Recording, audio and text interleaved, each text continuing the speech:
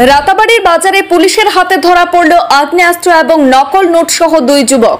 মোটরসাইকেলের সিটের নিচে লুকিয়ে রাখা পিস্তল এবং জাল নোট উদ্ধার। পুলিশের হাতে ধরা পড়ল নিলামবাজারের আবিদুর রহমান এবং আনোয়ার হোসেন। আটক দুই যুবককে নিভিয়া পুলিশ ফাঁড়িতে নিয়ে চলছে জিজ্ঞাসাবাদ। শ্রীভূমি জেলার রাতাবাড়িতে টান টান উত্তেজনা।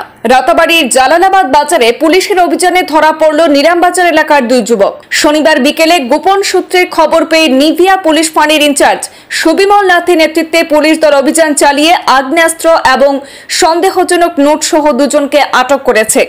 পুলিশ সূত্রে জানা গেছে, মোটরসাইকেলের সিটের নিচে একটি 9mm পিস্তল এবং প্রায় 48,000 টাকার নকল নোট উদ্ধার হয়।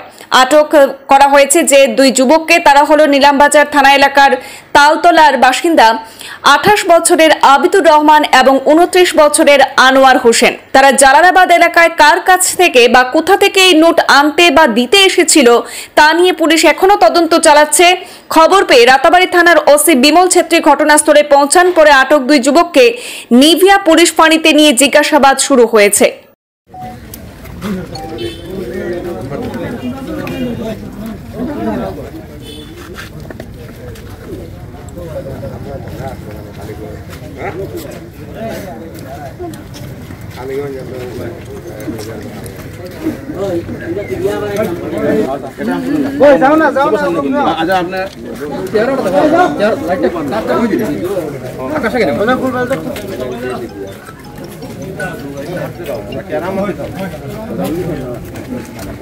বন্ধ